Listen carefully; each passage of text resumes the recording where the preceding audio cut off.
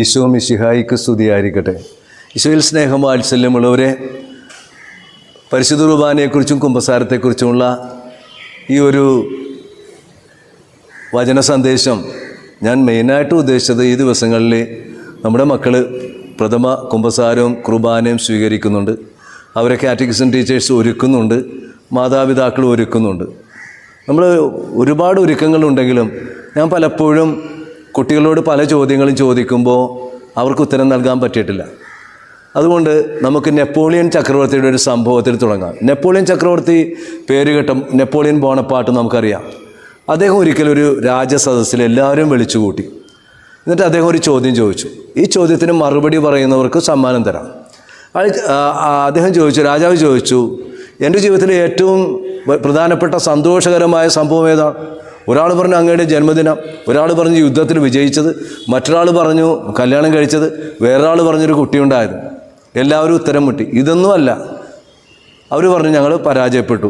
ഏതാണ്? ഞാൻ ആദ്യമായിട്ട് പ്രഥമ ദിവ്യകാരുണ്യം സ്വീകരിച്ച ദിവസമാണ് എൻ്റെ ജീവിതത്തിലെ ഏറ്റവും സുന്ദരമായ സമയം.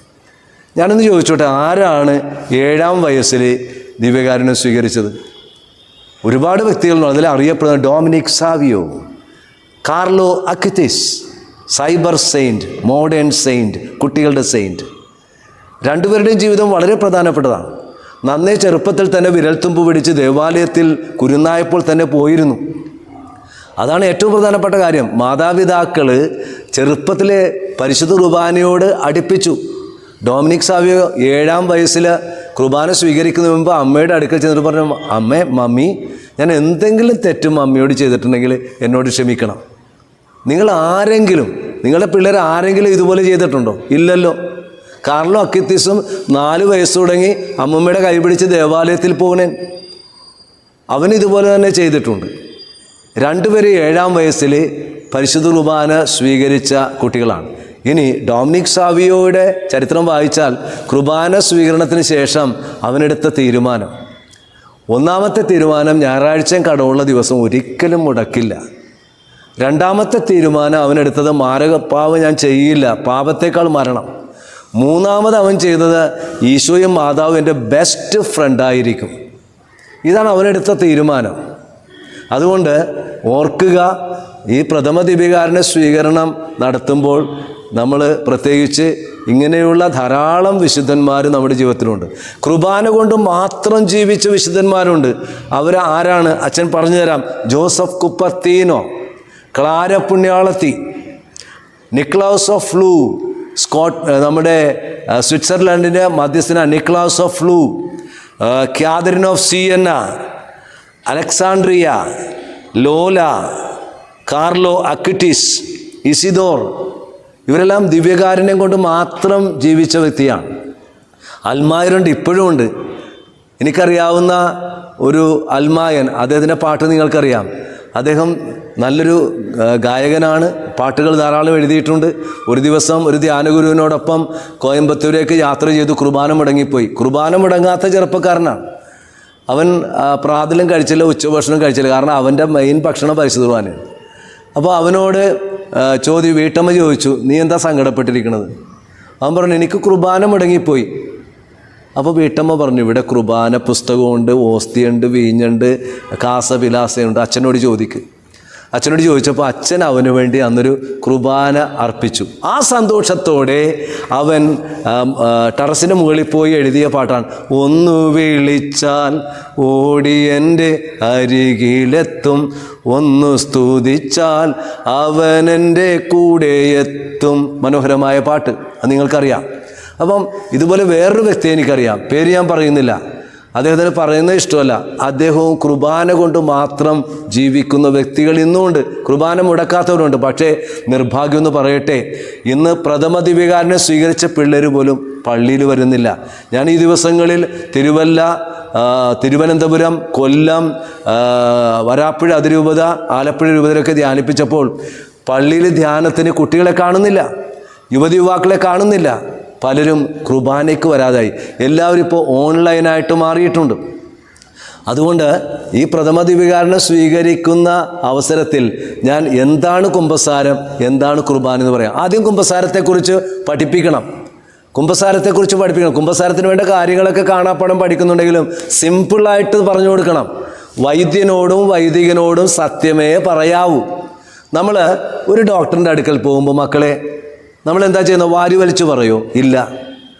അമ്മ ചോദിക്കും, എന്നിട്ട് അവിടെ ഡോക്ടറിൻ്റെ അടുത്ത് ചെന്നിട്ട് അമ്മ പറയുമോ അല്ലെങ്കിൽ നമ്മൾ പറയും, ഡോക്ടറെ ഛർദിയും പനിയും നടുവേദനയാണ്, തുടങ്ങിയിട്ട് ഇത്ര നാളായി ഇന്ന മരുന്ന് കഴിച്ചു. അപ്പം മക്കളെ നമ്മൾ കുമ്പസാരത്തിന് പോകുമ്പോൾ ഇത് തന്നെയാണ്. നിങ്ങൾ 10 പ്രമാണത്തെക്കുറിച്ച് ആത്മശോധന ചെയ്ത് അതെല്ലാം മനസ്സിൽ ഓർത്ത് നമ്മൾ കുമ്പസാരത്തിൻ്റെ ജപം മുഴുവനും ചൊല്ലണം. എന്നിട്ട് കുമ്പസാരക്കൂടിനെ സമീപിച്ച് പറയേണ്ടത്, നമ്മൾ പിതാവെ അങ്ങേക്കും സ്വർഗത്തിനുമെതിരായി പാപം ചെയ്തു. അത് ഷോർട്ടായിട്ട് പറഞ്ഞാൽ മതി. പിതാവെ ഞാൻ പാപിയാകുന്നു, എൻ്റെ തെറ്റുകൾ ക്ഷമിക്കണമേ. ഇത് കുട്ടികൾക്ക് മാത്രമല്ല കേട്ടാ, മുതിർന്നവർക്ക് കൂടിയാണ് അച്ഛൻ പറഞ്ഞത്. മുതിർന്നവർക്ക് പോലും കുമ്പസാരിക്കാൻ അറിയാൻ പാടില്ല. ഈ ദിവസങ്ങൾ വരുന്നവർ പേരും പറഞ്ഞ് അങ്ങോട്ട് എഴുന്നേറ്റ് പോകണേണ്. അല്ല, ഈ കുട്ടികളുടെ പ്രഥമ ദിവ്യകാരുണ്യ സ്വീകരണത്തിൽ എല്ലാവരും അറിഞ്ഞിരിക്കണം, പിതാവ് ഞാൻ പാപിയാവുന്നു, എൻ്റെ തെറ്റുകൾ ക്ഷമിക്കണമേ. കുമ്പസാരിച്ചിട്ട് എത്ര നാളായി, പ്രായശ്ചിത്തം നിറവേറ്റിയോ എന്ന് പറയണം. എന്നിട്ട് മാരക പാപങ്ങളുണ്ടെങ്കിൽ ആ പാപങ്ങളും ഇത് കഴിയുമ്പോൾ ഈ പാപങ്ങൾ, ഇനി ഏതെങ്കിലും പാപങ്ങൾ മനസ്സാ വാചാ കർമ്മണ ചെയ്തിട്ടുണ്ടെങ്കിൽ അതിനും ഉപദേശവും പ്രായശ്ചിത്തവും അനുഗ്രഹവും യാചിക്കുന്നു. എന്നിട്ട് അച്ഛൻ പറയുന്ന കാര്യങ്ങൾ കാതുകൂർപ്പിച്ച് കേൾക്കണം, പ്രായശ്ചിത്തം കേൾക്കണം. എന്നിട്ട് കുമ്പസാരം കഴിഞ്ഞ് പോയി മനസ്താപ പ്രകരണം ചൊല്ലി പ്രായശ്ചിത്തം നിറവേറ്റണം. ഇതാണ് നല്ല കുമ്പസാരം. ഇനി കുമ്പസാരത്തെക്കുറിച്ച് കുട്ടികളും മുതിർന്നവരും അറിയണം, പ്രത്യേകിച്ച് മുതിർന്നവർ. നമ്മുടെ കാലിലൊരു മുള്ളിരുന്നാൽ കാല് പൊറുക്കുമോ? ഇല്ല. ആ മുള്ളെടുത്ത് കളയണം. വൈരാഗ്യത്തിൻ്റെ, വിദ്വേഷത്തിൻ്റെ, പകയുടെ, ആസക്തിയുടെ മുള്ളെടുത്ത് കളയുന്ന കൂദാശയാണ് കുമ്പസാരക്കൂട്. കെട്ടിയിട്ടൊരു കുരുവിക്ക് പറക്കാൻ പറ്റുമോ? ഇല്ലല്ലോ. കെട്ടടിക്കണം. ഇതുപോലെ നമ്മുടെ ജീവിതത്തിൽ നമ്മുടെ ഉയർച്ചയ്ക്ക് പല കാരണത്തിന് കെട്ടുകളുണ്ടെന്നേ, പല കെട്ടുകളാണ്. കർത്താവിന് നിരക്കാത്ത കെട്ടുകളുണ്ട്. വ്യക്തികളോട്, വസ്തുക്കളോട് ആസക്തിയുള്ള കെട്ടുകൾ, അത് പൊട്ടിക്കണം. കെട്ടിക്കിടക്കുന്ന വെള്ളം പൊട്ടിച്ച് കളയണം. അല്ലെങ്കിൽ കൊതുക് വന്ന് കുത്തും. ഡങ്കിപ്പനി, പക്ഷിപ്പനി, എലിപ്പനി, തക്കാളിപ്പനി, പൊക്കാളിപ്പനി, എന്തെല്ലാം പനികളാണ് വരുന്നത്. അതുകൊണ്ട് കെട്ടിക്കിടക്കുന്നത്, നമ്മുടെ ഉള്ളിൽ എന്തൊക്കെയാണ് കെട്ടിക്കിടക്കുന്നത് പൊട്ടിച്ച് കളയാം. അതാണ് കൂദാശ. ഇനി പാപം ചെയ്തിട്ട് മറന്നു കളയാം, ഒളിച്ചു വെക്കാമെന്ന് കരുതേണ്ട. പറയാത്തിടത്തോളം കാലം ഒരിക്കലും, ഗൗരവമുള്ള പാപം ചെയ്തിട്ട് പറയാത്തിടത്തോളം കാലം ഒരിക്കലും നമുക്ക് ഗതി പിടിക്കില്ല. പാപത്തിൽ പിടിക്കപ്പെട്ട നമ്മുടെ രോഗിയായ വ്യക്തിയെ കട്ടിലൂടെ താഴെ കൊണ്ടുവന്നപ്പോൾ ഈശോ എന്താ പറഞ്ഞത്? നിന്റെ പാപങ്ങൾ മോചിച്ചിരിക്കുന്ന കിടക്കയും എടുത്തുകൊണ്ട് നടന്നു പോവുക. മേൽക്കൂര പൊളിച്ചാൽ കൊണ്ടുവന്നത്. നമ്മുടെ ജീവിതത്തിൽ മേൽക്കൂരയുണ്ട്. നമ്മുടെ തടസ്സത്തിനും രോഗത്തിനും എല്ലാത്തിനും കാരണം നമ്മുടെ മേൽക്കൂരകളാണ്. വൈരാഗ്യത്തിൻ്റെയും വിദ്വേഷത്തിൻ്റെയും പകയുടെയും ക്ഷമിക്കാൻ പറ്റാത്ത മേൽക്കൂര പൊളിച്ച് കർത്താവിൻ്റെ മുൻപിലേക്ക് കൊണ്ടുവരുന്നതാണ് കുമ്പസാരക്കൂട്. 38 വർഷം പഴകിയ രോഗം സുഖപ്പെടുത്തുന്ന കർത്താവ് എന്താ പറഞ്ഞത്? ഇതിനേക്കാൾ മോശമായി സംഭവിക്കാതിരിക്കാൻ മേലിൽ പാപം ചെയ്യരുത്. പിന്നെ കുമ്പസാരം കൂടെ ആവണം, അല്ലെങ്കിൽ മറന്നുപോകും നമ്മൾ.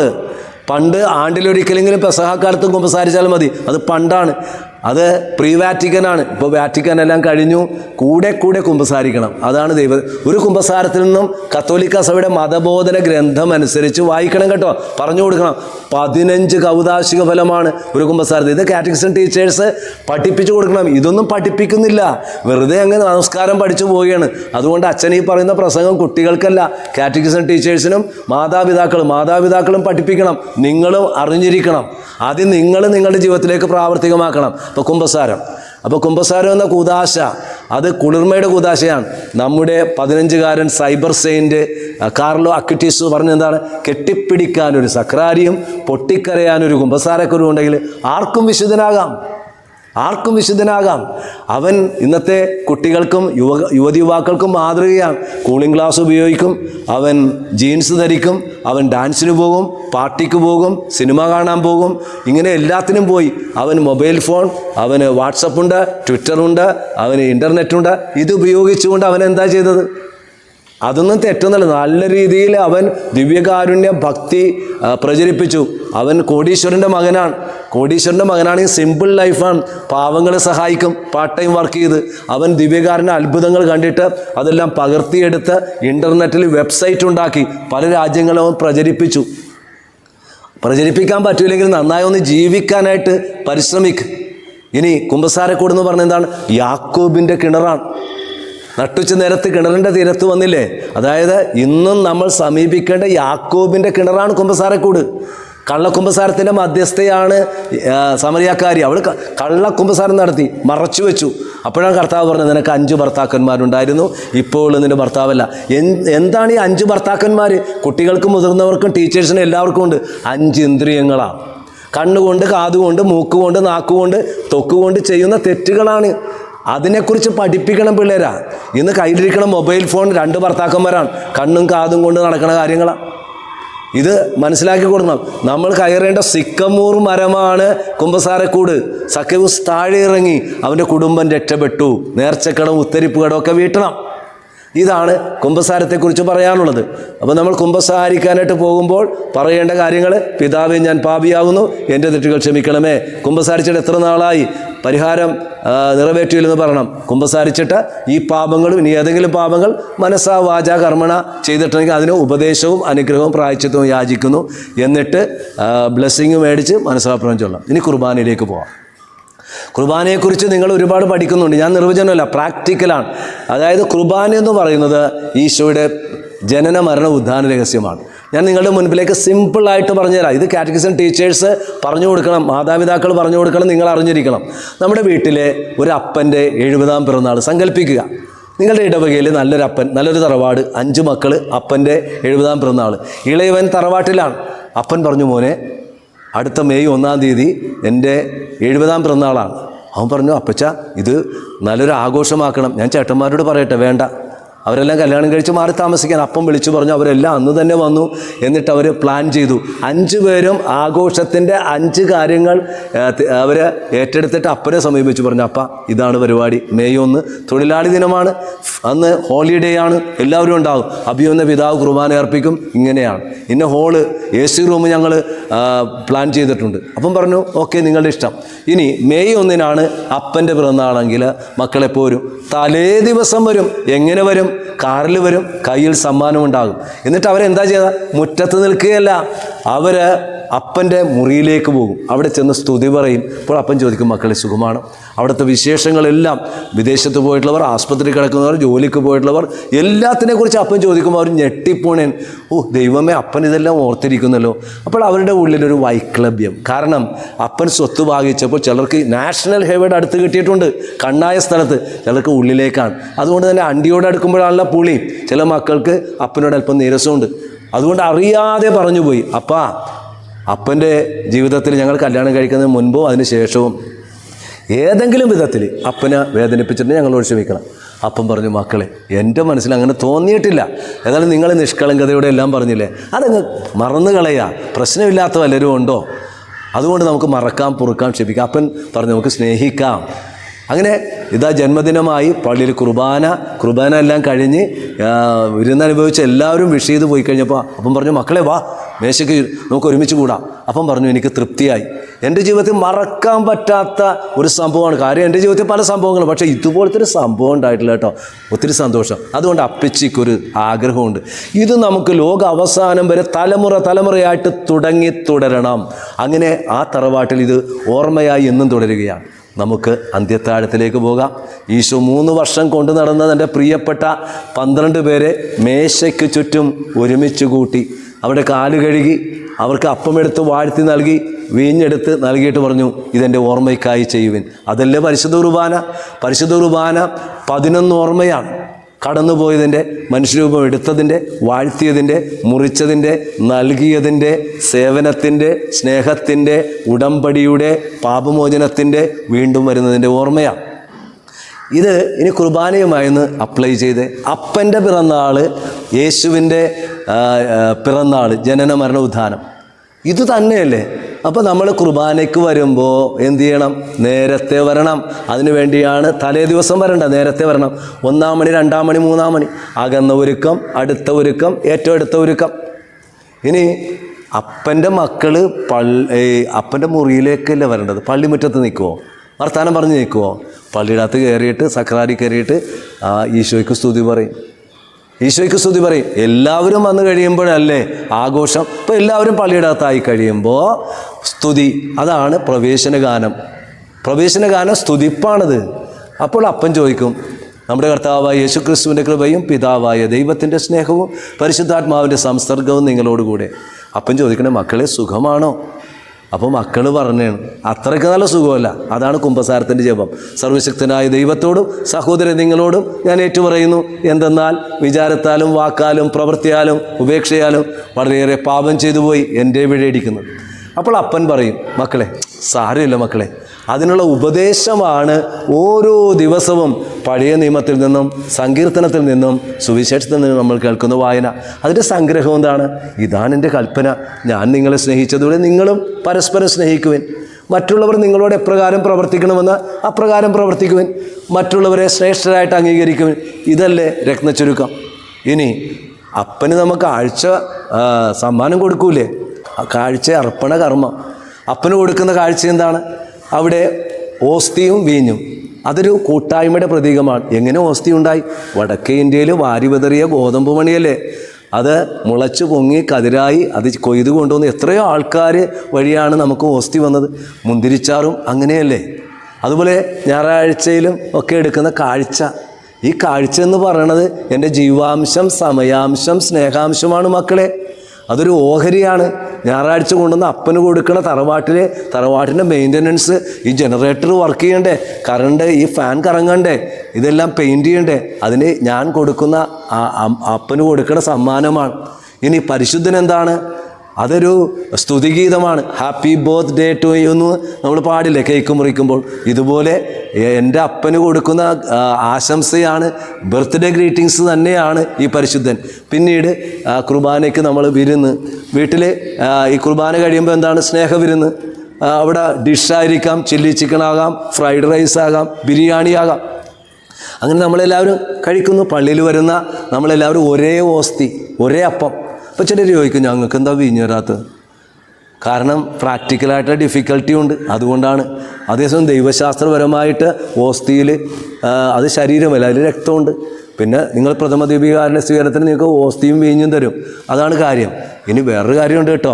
ഈ 5 മക്കൾ അപ്പൻ്റെ ജന്മദിനത്തിന് വന്നിട്ട് മൂത്തവനും ഭാര്യയും മക്കളും ഉണ്ണാതെ പോയാൽ അപ്പന് വിഷമം ഉണ്ടാവില്ലേ? ഇത് തന്നെയാണ് ഇന്ന് കുർബാനയ്ക്ക് വന്നിട്ട് ഉണ്ണാതെ പോകുന്ന അവസ്ഥയാണ് കുർബാന സ്വീകരിക്കാതിരിക്കുന്നത്.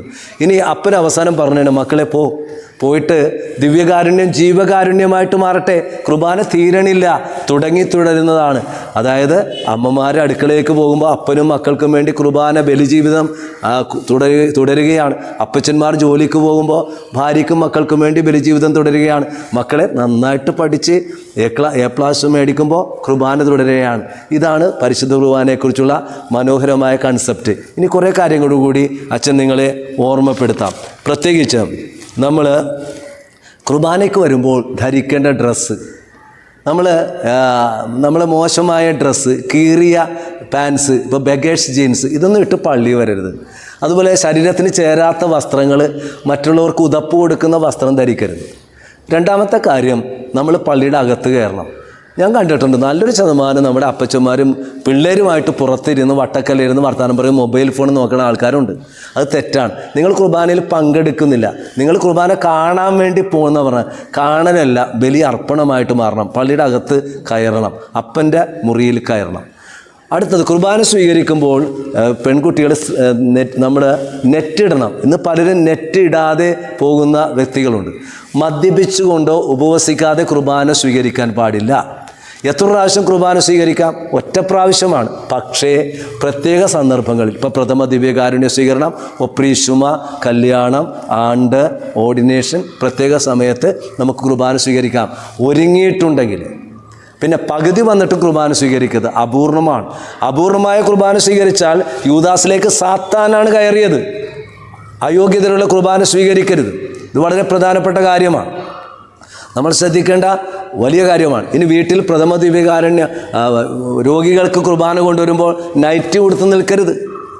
പലപ്പോഴും ഒന്നും അറേഞ്ച് ചെയ്യണം, നൈറ്റ് കൊടുത്ത് പല്ലും തേച്ച് വരുന്നുണ്ട്, അല്ലെങ്കിൽ നെൽസൺ ജോബച്ചൻ വരുന്നുണ്ട്, ചൂലെടുത്തോടി എന്ന് പറഞ്ഞ ചില വീഡിയോ ഞാൻ കണ്ടിട്ടുണ്ട്. അപ്പോൾ നമ്മൾ വീട്ടിൽ കുർബാന കൊണ്ടുവരുമ്പോൾ നിങ്ങളുടെ വീട്ടിലെ മകളെ കാണാൻ ഒരു ചെറുക്കം വന്നാൽ നൈറ്റ് കൊടുത്തിട്ടാ നിൽക്കുക അല്ലല്ലോ, വെൽ ഡ്രസ്ഡ് ആണ്. അപ്പോൾ ഈ ഈശോ വരുമ്പോൾ എങ്ങനെയാണ് നിൽക്കേണ്ടത്? അത് വളരെ പ്രധാനപ്പെട്ട കാര്യമാണ്. ഇത് വളരെയധികം ശ്രദ്ധിക്കേണ്ടതാണ്. അപ്പം ഇത് അച്ഛൻ കുറച്ച് കാര്യങ്ങളെ പറഞ്ഞിട്ടുള്ളൂ. അപ്പോൾ ദിവ്യകാരുണ്യത്തിൽ നിന്ന് എത്ര കൃപ കിട്ടും? 77 കൃപകളും വരങ്ങളും കിട്ടും. ഗൂഗിളിൽ അടിച്ചിട്ട് കാറ്റക്കിസം ടീച്ചേഴ്സ് ട്രാൻസ്ലേറ്റ് ചെയ്ത് പറഞ്ഞു കൊടുക്കുക. അതിങ്ങനെ അടിക്കണം, 77 fruits and graces of the holy mass എന്ന് കാറ്റക്കിസം ടീച്ചേഴ്സ് മാതാപിതാക്കൾ അടിച്ചിട്ട് അതൊന്ന് പ്രിൻ്റ് ഔട്ട് എടുത്ത് പിള്ളേരെ കേൾപ്പിച്ചു കൊടുക്കുക. അത് വലിയ കാര്യമായിരിക്കും. അതുപോലെ തന്നെ നമ്മൾ ശ്രദ്ധിക്കേണ്ട കുറേ കാര്യങ്ങൾ, പ്രത്യേകിച്ച് മാരകപാപത്തോടെ കുർബാന സ്വീകരിക്കാൻ പാടില്ല. അപ്പോൾ ചിലർ ചോദിക്കും, ഞങ്ങൾ ഗവൺമെൻറ് ജോലിക്കാരനാണ്, എന്തു ചെയ്യും? പൊയ്ക്കും. ഇപ്പോൾ ഗൾഫിൽ എങ്ങനെയാണ്? വ്യാഴം, വെള്ളി, ശനി, ഞായർ ഏതെങ്കിലും ദിവസം ബലിയർപ്പിച്ചാൽ മതി. ഇവിടെയും നിങ്ങൾ ഗവൺമെൻറ് ജോലിക്കാരാണെങ്കിൽ ഏതെങ്കിലും മറ്റു ദിവസങ്ങളിൽ കുർബാന അർപ്പിച്ച് ആ കടം വീട്ടിയാൽ മതിയാകും. അപ്പോൾ എൻ്റെ സന്ദേശം ഇവിടെ പൂർണ്ണമാകുന്നു. ഞാൻ അധികമൊന്നും പറഞ്ഞിട്ടില്ല, അത്യാവശ്യമായിട്ടുള്ള കാര്യങ്ങളാണ് പറഞ്ഞിട്ടുള്ളത്. അതുകൊണ്ട് നമ്മൾ ഈ കുർബാന സ്വീകരണം വെറുതെ ആകരുത്. മറ്റൊന്ന്, ഈ കുർബാന സ്വീകരണം കഴിഞ്ഞ് വരുമ്പോൾ കൊടുക്കുന്ന സമ്മാനങ്ങൾ, ഇത് ശ്രദ്ധിക്കേണ്ടതാണ്. പല ഗെയിംസ് കൊടുക്കാറുണ്ട്, പലതും മേടിച്ചു കൊടുക്കണേ. ഇവർക്ക് ഉപകാരപ്പെടുന്ന കാര്യങ്ങൾ കൊടുക്കും. ഈ കഴിഞ്ഞ ദിവസം സ്കേറ്റിങ്ങിൻ്റെ സാധനം മേടിച്ചു കൊടുത്ത് അന്ന് തന്നെ വീണ് കൈയും കാലും ഒടിഞ്ഞ് കിടക്കുന്നുണ്ട്. കഴിഞ്ഞ പ്രാവശ്യം സംഭവിച്ചാണ്. ചിലർക്ക് ഗെയിംസാണ് കൊടുക്കണത്, അത് അവനെ ക്രിമിനലാക്കണേന്. കില്ലിങ്, ഷൂട്ടിങ്, ഫൈറ്റിങ്, ഡിസ്ട്രോയിങ്, അതൊന്നും കൊടുക്കല്ലേ. നല്ല കാര്യങ്ങൾ കൊടുക്കും. അതുപോലെ തന്നെ മദ്യം, ഇത് നമ്മുടെ കൂടപ്പിറപ്പാണ്. ഈ പിള്ളേർ ചലിക്കുന്ന സക്രായെ വീട്ടിൽ വരുമ്പോൾ മദ്യം വിളമ്പണ വീടുണ്ട്. ഞാനത് കണ്ടിട്ടുണ്ട്. ഞാൻ പല പ്രാവശ്യം ഗ്രീറ്റിങ്സിന് പോകുമ്പോൾ ഒന്നിനും വെളിവുണ്ടാകുകയില്ല. ഇത് നമ്മുടെ ഒരു കൾച്ചറായിട്ട് മാറി. അത് ചെയ്യല്ലേ. കാരണം ഈ കൊച്ചി കുർബാനയുമായിട്ട് വീട്ടിൽ വരുമ്പോൾ മദ്യം വിളമ്പിയാൽ ആ വീട്ടിൽ ദുരന്തങ്ങളുണ്ടാകും, രോഗങ്ങൾ വിട്ടുമാറില്ല. അതുകൊണ്ട് ശ്രദ്ധിക്കണം, അവിടെ അത് വിളമ്പരുത്. ഒരു കോടീശ്വരൻ്റെ കുട്ടിയാണ്, എനിക്ക് പരിചയമുള്ളതാണ്. അവളുടെ ബിസിനസ്സുകാരനാണ്. പറഞ്ഞു, ഡാഡി എനിക്കൊരൊറ്റ റിക്വസ്റ്റേ ഉള്ളൂ, എനിക്ക് സമ്മാനമൊന്നും വേണ്ട.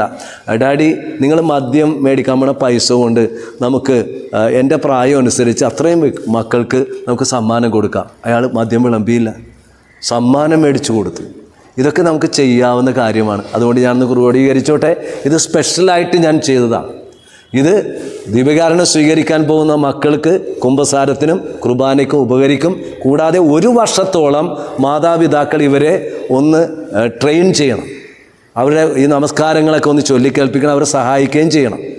അല്ലാതെ ഒറ്റ ദിവസം കൊണ്ട് തീരുന്നില്ല, മറിച്ച് 1 വർഷമെങ്കിലും കാറ്റക്കിസം ടീച്ചേഴ്സും അതുപോലെ മാതാപിതാക്കളും കുട്ടികളും ഇൻട്രസ്റ്റ് എടുത്ത് അവരെ ഈ ദിവസങ്ങളിലൊക്കെ കുർബാന കഴിഞ്ഞാൽ പള്ളിയിലൊക്കെ കൊണ്ടുപോകണം. ദിവ്യകാരുണ്യ ഭക്തിയിൽ വളരാനായിട്ട് സാധിക്കണം. എല്ലാവർക്കും ഈ ഒരു സന്ദേശം ഉപകരിക്കട്ടെ എന്ന് ആശംസിക്കുന്നു. ഈശോ മിശിഹായ്ക്ക് സ്തുതിയായിരിക്കട്ടെ.